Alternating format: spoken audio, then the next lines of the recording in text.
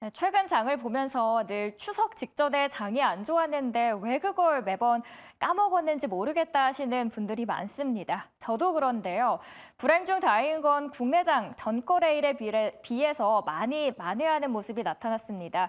이날 코스피는 마이너스 0.3%, 그리고 코스닥은 1% 넘게 올라온 모습입니다. 이날 제약, 바이오, 화장품이 강세를 보이면서 지수 전체를 전반적으로 끌어올려줬는데요. 그 안에서도 비만 치료제, 저희가 어제 이 시간에 플러스 알파에 언급드렸던 뉴스입니다. 그리고 그 옆에 아이폰의 수혜주 중 하나죠.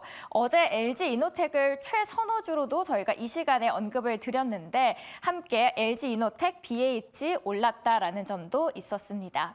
오늘 장도 함께 흐름 지켜보시는 게 어떨까 싶습니다. 어제 다시 지수가 올라왔다고 기쁨을 만끽할 수 있냐? 그건 아닙니다. 외국인 5거래일 연속 순매도세를 보이고 있고요. 이번 주에는 대선 토론, CPI, PPI 등 굵직한 이슈들이 대기하고 있기 때문입니다. 여기서 잠시나마 안도할 수 있겠지만 이렇게 이벤트가 많을 때 더 중요한 건 현 시장을 정확하게 파악하고 거기에 맞는 전략을 펼쳐나가는 거겠죠. 그러면 미국은 어땠는지 한번 보도록 하겠습니다. 미국 오늘장 다우는 다행히 1% 넘게, 나스닥도 1% 넘게, S&P 500도 1.1% 상승을 했습니다. 3대 지수 모두 올랐는데요. 오늘 애플 이벤트 그리고 내일 있을 미국 대선 후보 토론 여러 가지 이벤트 불확실성을 앞두고 다행히 3대 지수는 오름폭을 보여줬습니다. 미국은 그러면 과거에는 어땠는지 한번 표로 다음 판에서 보도록 하겠습니다. 1928년 이후 S&P 500 월별 수익률 평균을 보면 9월은 56%가 하락을 기록한 달이라고 하네요. 이 동전 던지기보다도 확률이 적다라고 생각하시면 될 것 같고요. 거기에다가 대통령 선거가 있는 해에는 10월까지 S&P 500 성적이 안 좋았습니다. 올해 대선이 마침 있다라고 할 때 하필이라고 할까요? 아니면은 다행이라고 해야 될까요? 올해 대선으로 10월의 변동성은 더 심해질 수 있다라는 걸 알 수 있고요. 9월 그리고 10월은 하락한 반면에 그래도 다행인 건 11월과 12월은 올라오는 모습을 보여줬습니다. 그런 말이 있죠. 지피지기 백전백승. 이슈의 중심인 대선부터 그래서 알아보도록 하겠습니다. 날짜는 11일 오전 10시입니다. 90분 동안 진행이 되는데 아직까지 양측이 합의한 유일한 토론이라는 점에서 대선 전 마지막 토론이 될 수도 있다라는 부분이 핵심 포인트입니다. 지금 이 토론 크게 세 가지 이유 때문에 그 어느 때보다도 중요합니다. 먼저 첫 번째로는 두 후보의 지지율 격차가 크지 않다라는 점, 그리고 두 번째, 정책들이 딱 하고 제대로 나온 게 없다라는 점, 그리고 마지막으로 9월부터 투표가 시작이 되고 있다는 점에서 토론에서 터닝 포인트가 될 수도 있겠죠. 안 그래도 해리스의 허니문 효과 휘발성에 대해 갑론을박하는 이 시점에서 이화여대 박원곤 교수는 9월 말쯤 거품이 빠지곤 하는데 두 후보의 실질적인 지지율이 여기서 확인될 수 있는 달이라고 말합니다. 그리고 그 판단을 내리는데 중요한 기준이 되지 않을까 싶습니다. 대선 토론 한국도 아닌데 이렇게까지 확인해야 할 수 있지만 매크로 이슈가 국내 시장 뿌리까지 뒤흔들고 있는 요즘 체크 안 하고 가면 손해지 않을까요? 먼저 큰 나무부터 보도록 하겠습니다. 정책이 나뉘는 부문은 크게 네 가지입니다. 친환경 에너지, 세금, 외교, 그리고 복지, 헬스케어인데요. 이 중에서 특히 친환경 에너지와 세금은 기업들의 실적에 직접적인 영향을 주면서 증시에 미치는 파급력이 다른 부분보다도 더 크다라는 부분 함께 체크하시면 좋겠습니다.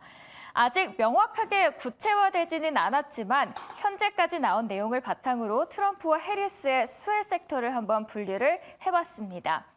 한국투자증권에서는 그리고 공통적인 수혜 섹터로는 전력 수요 증가 업체 그리고 글로벌 방위비 확충 수혜 업체가 그 혜택을 톡톡히 받을 것이다라고 이야기를 합니다. 그리고 그 아래 재밌어서 한번 참고를 하실 수 있겠다 싶어 가져왔는데요. 따끈하게 어제 기준이고요. 2024년 대선 후보의 후원금 순입니다. 오른쪽에는 해리스, 왼쪽에는 트럼프가 있는데 확실히 트럼프 쪽으로 방위비 관련 기업들의 뒷배가 있다라는 부분 확실히 확인할 수 있겠죠. 아직 정책들이 구체화되지는 않았지만 후원하는 기업들도 해당 후보가 자신들에게 우호적일 거라는 판단하에 지지를 할 확률이 높다라고 본다면 여기서도 그 수혜 섹터 유추도 가능해지겠죠. 이어지는 코너에서 대선 관련한 수혜 섹터 깊숙하게 들어가 보도록 하겠습니다. 자, 다음 판 보시죠. 대선이 코앞으로 다가오자 우리만 긴장하는가? 바짝 긴장하고 있는 나라가 또 하나 있습니다. 바로 옆나라 중국인데요. 여야 모두 득표에 눈이 먼 상황에서 뭔들 못하겠습니까? 그리고 거기에 도움이 되는 중국 때리기를 양당에서 적극적으로 하고 있습니다. 그중 핵심은 바로 생물보안법. 참고로 오늘 7시 30분에 표결 진행이 됩니다. 생물보안법은 결국 중국 기업들이 미국의 기업들과 거래를 좀 제한하고자 하는 건데요. 여기서 핵심은 미국이 중국을 꽉 옥죄면서 국내 CDMO 관련주들의 수혜 기대감이 커지고 있다는 포인트입니다. 우리 시장에서는 관련 수혜주들이 삼성바이오로직스, 바이넥스, ST팜이 있겠습니다. 그런데 최근 이 기업들의 주가가 1월 법안 발의 후 많이 올랐습니다. 바이넥스 150%, ST팜은 74%. 원래 꼴등하면 더 이상 내려갈 데가 없어서 두렵질 않은데 순위가 올라가고 1등을 할수록 삐끗하면 내려오는 것도 한순간이라서 그 폭도 굉장히 클 수밖에 없겠죠. 그만큼 관련주들 또한 과열은 아닌지 우려가 되는데요. 수혜 기대감.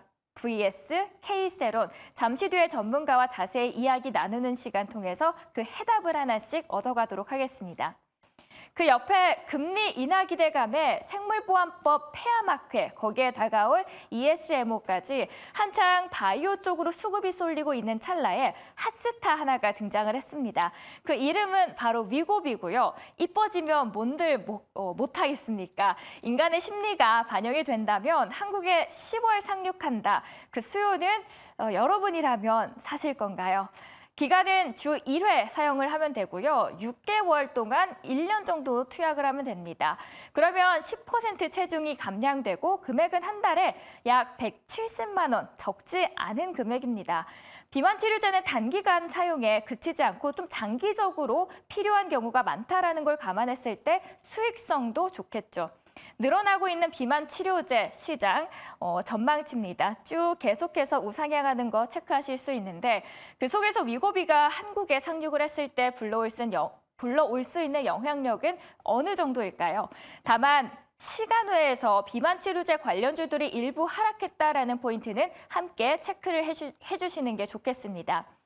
그동안 이벤트들도 있고 세런 뉴스들도 있었는데 자 연휴 전까지는 방어주 위주의 보수적 투자 전략을 유지하라는 조언도 나오고 있는데 이 시점에서 우리는 어떤 전략을 펼치는 게 좋을까요? 두 번째 섹터로는 비만 치료제 그리고 미국의 생물보안법에 대해서 알아봤습니다. 다음 플러스 알파 간밤에 어떤 이슈들이 뜨겁게 간밤에 뉴욕을 달갔을까요? 바로 애플 이슈입니다. 아이폰 16 새 에어팟을 공개했고요. 아이폰 가격이 인상되는 거 아니야라는 우려감이 있었지만 다행히 동결이 됐습니다. 아이폰 15와 비슷한 가격일 예정입니다. 하지만 애플 주가 개장 전부터 하락을 하기 시작했고요. 그나마 장 후반으로 갈수록 낙폭을 조금은 줄이긴 했습니다. 과연 우리 투자자분들의 기대감에 충족을 해줬을지는 저희가 꾸준히 좀 지켜봐야 될 것 같습니다. 두 번째로는 미국 엔비디아 반독점 혐의 초기 조사에 돌입했다라는 소식입니다. 아직 초기 단계입니다. 소환장은 발부하지 않았지만 본격적인 조사가 필요하다고 판단이 되면 수개월 내로 소환장을 발부할 수 있다라는 점에서는 엔비디아에게도 분명 영향이 있을 것 같습니다. 그리고 마지막으로 시간 외 소식인데요. 오러스 테크놀로지, 삼성, SK 그리고 HBM3E 장비 발주가 본격화됐다라는 소식입니다. 올 하반기부터 국내 주요 HBM 테스트 기업 납품을 시작할 예정이라는 점에서 오늘 한번 장이 시작할 때 지켜보시는 게 좋겠습니다. 이렇게 플러스 알파 소식까지 함께 알아봤습니다.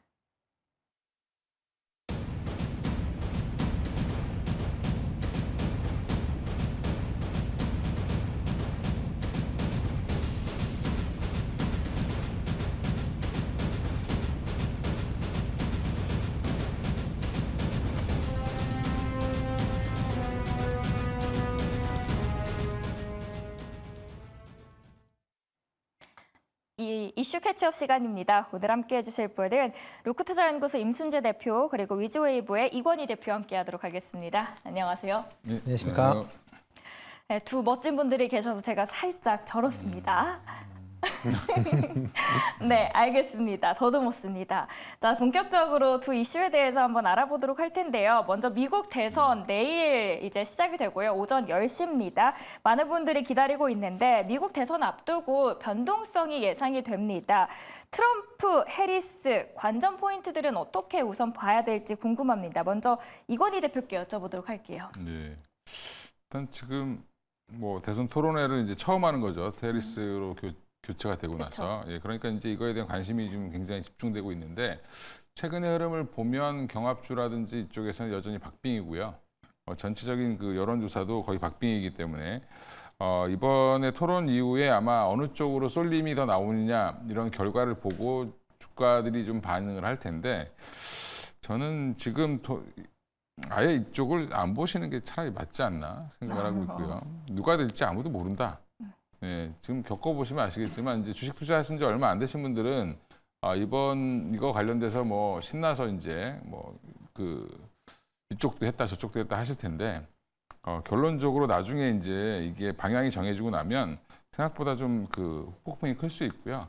물론 이제 동전 던지기처럼 한쪽을 맞추면 좋겠지만 사실은 지금 대선 결과 지금 보면 미국 여론은 해리스를 좀 뭐 그냥 의도적으로 제가 볼 때는 거의 고의적으로 전폭적으로 지지를 하고 있습니다. 네. 예. 그리고 이번에 후원금도 역대 최대로 모였고요. 그러니까 그만큼 트럼프를 경계하고 싶은 마음이 많다. 이제 주로 이제 지식인들 층에서 어느 정도 학력이 고학력자들 중심으로 해서 해리스 쪽으로 이제 지원을 하고 있는데 사실은 이제 또 트럼프는 지지를 해도 지지한다고 얘기 안 합니다, 사람들이. 기본적으로. 좀 사람 이상하잖아요. 그죠? 예. 그러니까 그런 부분들 때문에 여전히 트럼프에 대해서는 조금 뭐 그렇게 이제 샤이 트럼프가 여전히 많을 수밖에 없기 때문에 이게 지나봐야 알 수 있고요.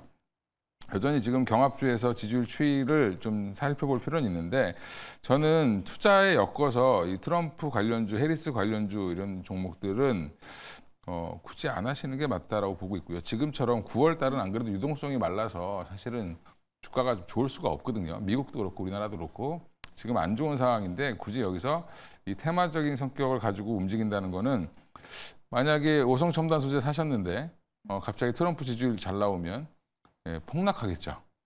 예, 그다음에 물론 이제 방위 관련된 종목들은 좀 그렇게는 않지만 그래서 대선 결과를 좀 너무 빨리 판단하고 뭐 이쪽 반쪽 방향에 투자하는 건 저는 좀 반대하고요. 지금 오히려 그거와 상관없는 종목들 많습니다. 그러니까 금리 인하 수혜라든지 여러 이제 뭐 누가 되든지 간에 좋아질 수밖에 없는 섹터들에 대해서 투자하시는 게 차라리 낫다 이렇게 말씀드리겠습니다. 미국 대선 불확실성이 굉장히 큰 만큼 너무 이제 관련주보다는 지금 그 외 기업들에게 더 눈을 돌리는 게 좋겠다라고 이야기를 하셨습니다. 해리스 트럼프 공통 수혜 섹터 그러면은 어딘지가 궁금해지거든요, 저는. 그래도 한 번쯤은 눈여겨봐야 될 것 같고요. 아니면은 공통 섹터가 아니더라도 여기로 인해서 타격을 받는 섹터도 분명히 있을 것 같은데 하락하는 업종들은 어디이고 여기에 대한 대응은 어떻게 하면 좋을까요? 네, 요즘에 가장 크게 이제 주목을 받고 있는 게 이제 영양 섹터들에 대해서 좀 얘기들이 많이 나오고 있죠. 뭐 민주당이나 공화당이나 정책적인 방향이 다르기 때문에 관련된 사항들이 좀 차이가 있는 부분이 있습니다. 지금 뭐 가장 크게 얘기 나오는 게 에너지 관련 분야다라고 보시면 되는데요.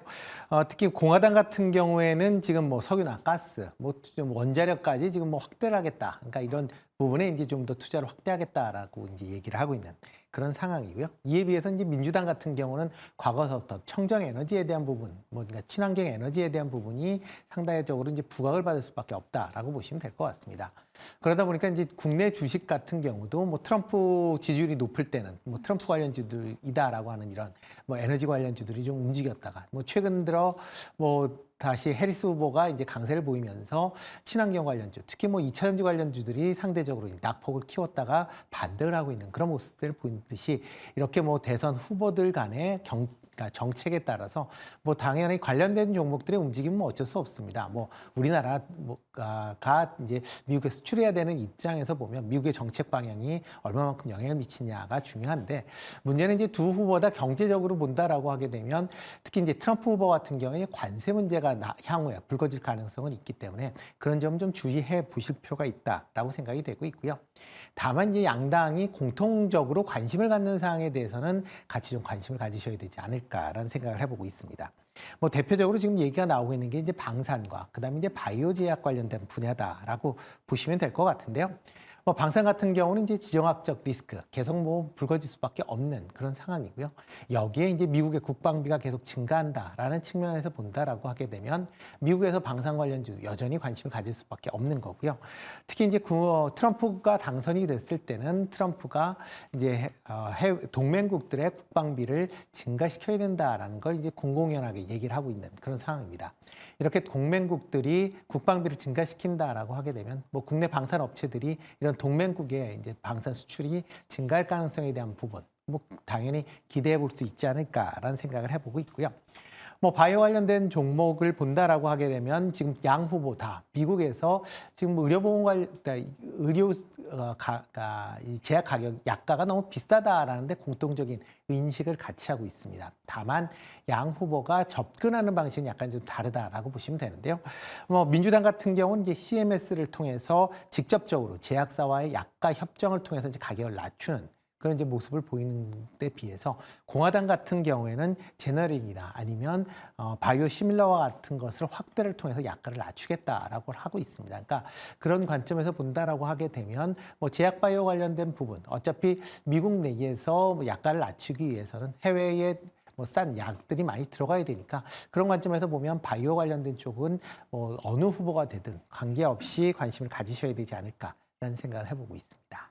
지금 뉴스가 나왔는데요. 트럼프가 성인 기호용 대마 합법화를 지지한다라고 했는데 이런 발언으로 인해서 오늘 대마 관련주들은 흐름 어떻게 네, 생각하시나요? 뭐 일단 뭐 좋게 움직인다라고 봐야 되겠죠. 그러니까 기존에는 이제 해리스 후보의 이제 관심주다라고 이제 얘기가 됐다가 뭐 트럼프도 그 얘기를 했다라고 하게 되면 이건 또 양당의 어느 후보가 되든 일단 시장은 확대될 수 있다라는 그런 뭐 관점이니까 그런 쪽에서 보면 대마 관련주도 오늘 반짝 뭐 올라갈 가능성이 있는데요. 그렇다고 이게 연속성을 갖겠느냐라는 부분은 조금 더 보셔야 될 걸로 보여집니다.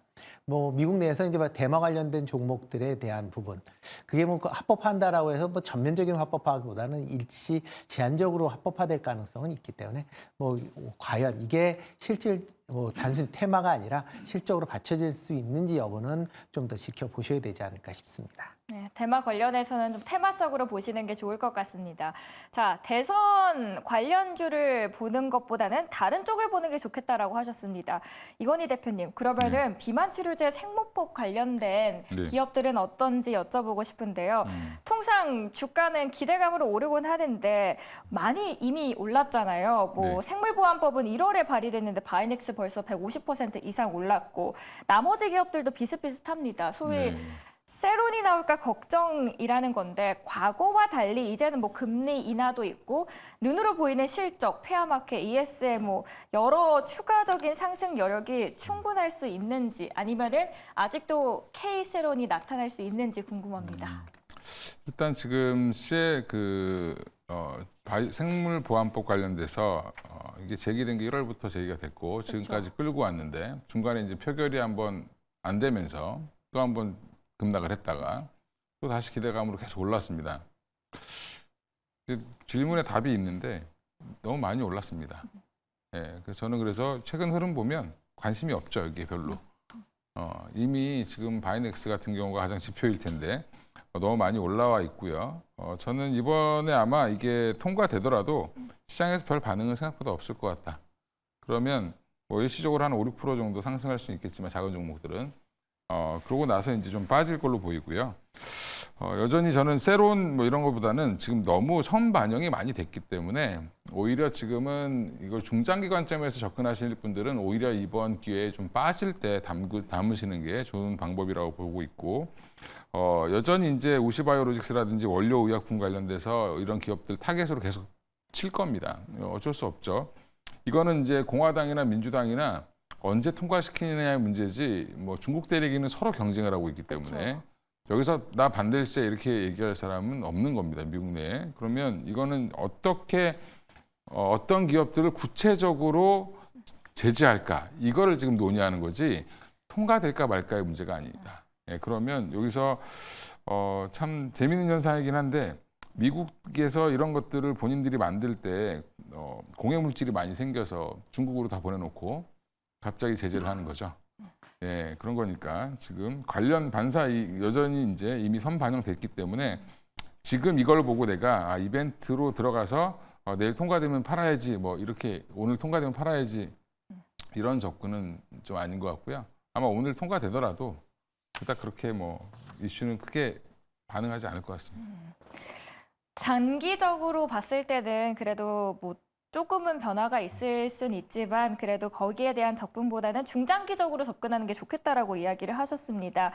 그 안에서 좀 옥석가리기가 필요하다라고 하셨는데, 지금까지 봤을 때는 중국 기업도 대체 가능하려면 그만큼 과거에 레퍼런스가 있는 기업들이 있어야 하고 생산할 수 있는 캐파 자체가 되는지가 중요할 텐데, 이런 걸 다 고려했을 때 뭐 삼바도 그렇고 충족을 하고 있는 상황에서 혹여나 우리나라 말고도 다른 나라, 인도 등으로 물량이 넘어갈 수 있는 리스크들도 있는지 궁금해요. 충분히 있죠. 이게 이제 착각하시는 게 뭐냐면, 이렇게 되면 생물보안법 하면 이 모든 물량 우리가 받는 거라고 생각하시는데 그렇게 생각하시면 안 되고요. 그렇죠. 지금 우시바이오로직스가 다 준다고 해도 그걸 다 뺏어 온다 하더라도 삼성바이오로직스가 만들 수가 없습니다.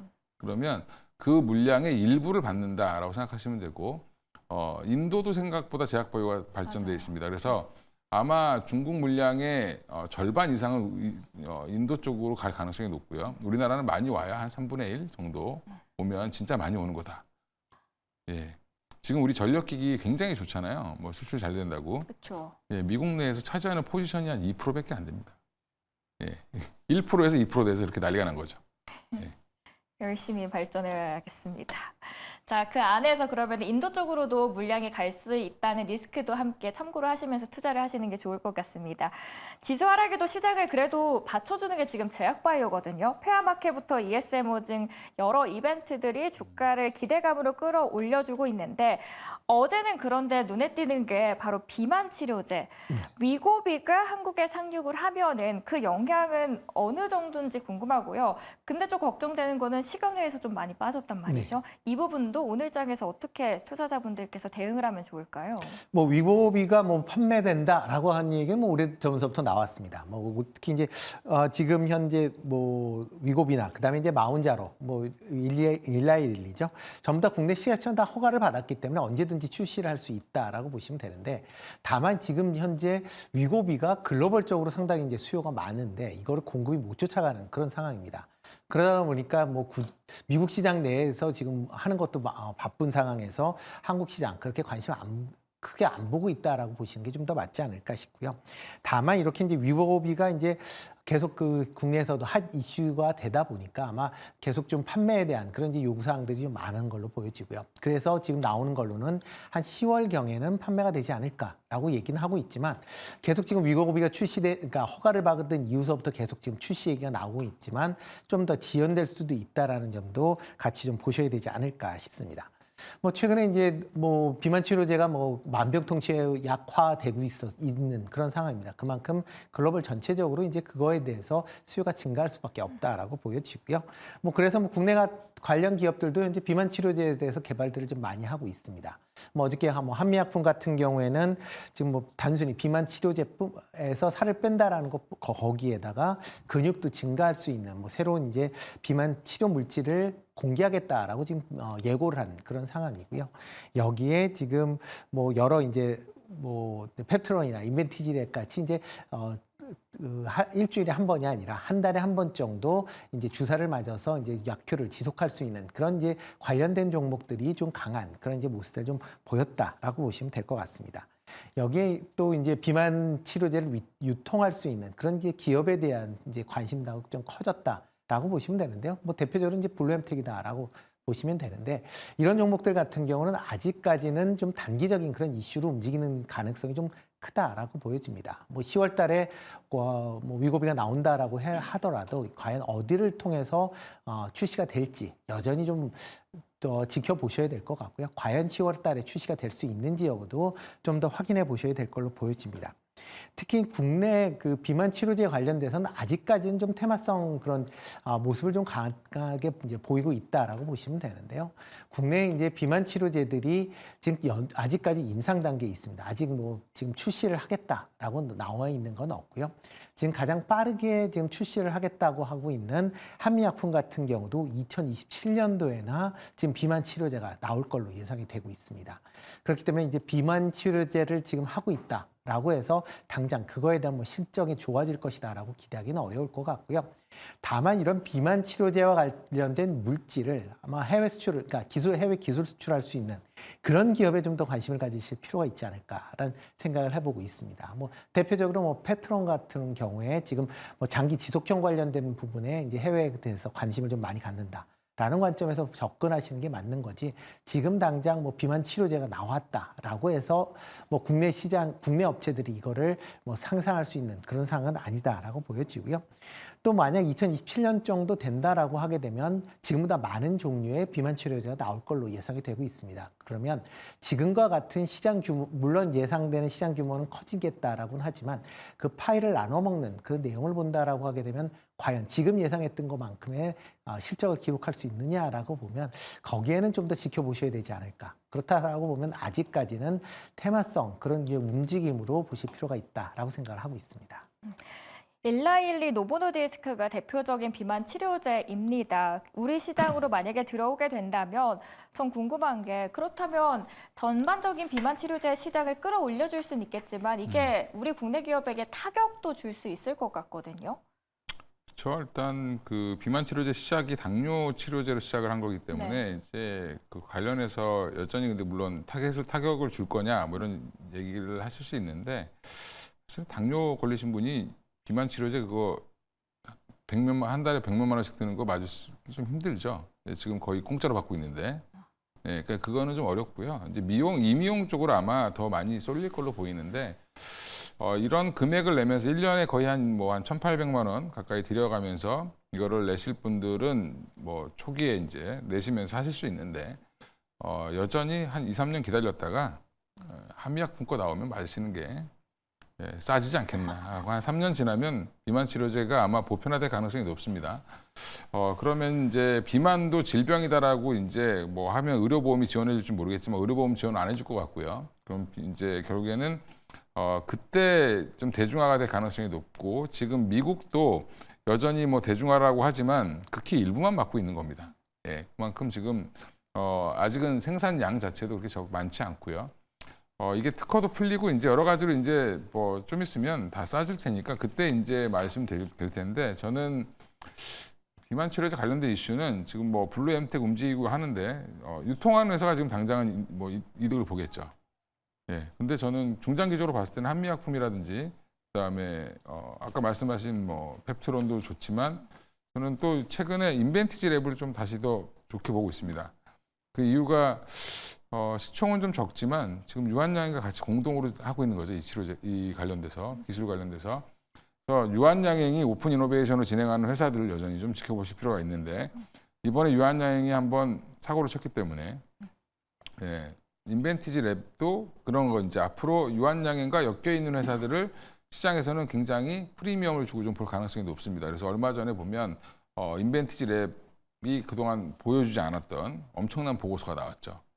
긴 보고서가 나왔습니다. 인벤티지 랩을 그렇게 자세히 써준 보고서가 저는 처음 봤는데, 그래서 여전히 그쪽으로 좀 관심 가져보시면 좋을 것 같습니다. 네, 여기 바이오에 대해서 인벤티지 랩까지 저희가 들어봤습니다. 마지막으로 이번에 애플 관련해서 하나만 여쭤보고 마무리를 할 텐데요. 애플 이벤트가 있었습니다. 많은 분들 관심이 커서 안 여쭤보고 넘어갈 수가 없을 것 같은데 애플 이벤트 어떻게 보셨습니까? 네, 저도 이제 아이폰을 쓰고 있다 보니까 아이폰에 대한 이제 관심이 많아서 이제 봤는데요.